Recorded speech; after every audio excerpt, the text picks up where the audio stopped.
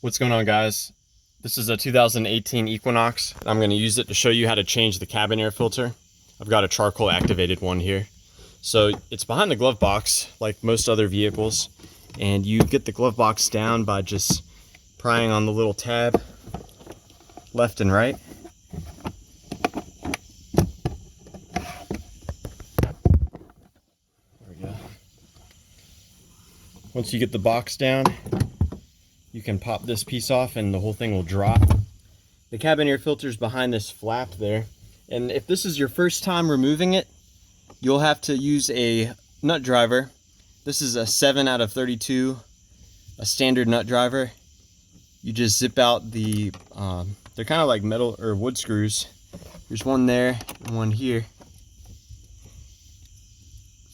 And if you'd like to, you can just leave those out. You don't have to reinstall them.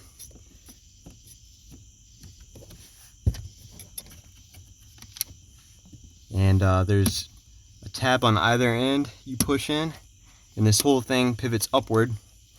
There's a little slot there you can fit your finger in under, and you basically just pull it towards you. You can see there's an arrow indicating airflow.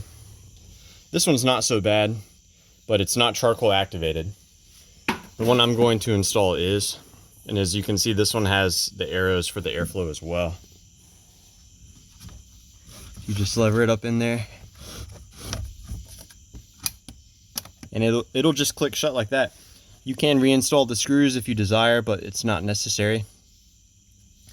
And when you're done messing around, you want to get this glove box reinstalled.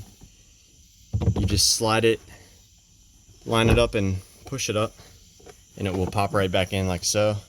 And don't forget to click this piece back in. So yeah, that's that. Let me know if you guys have any questions.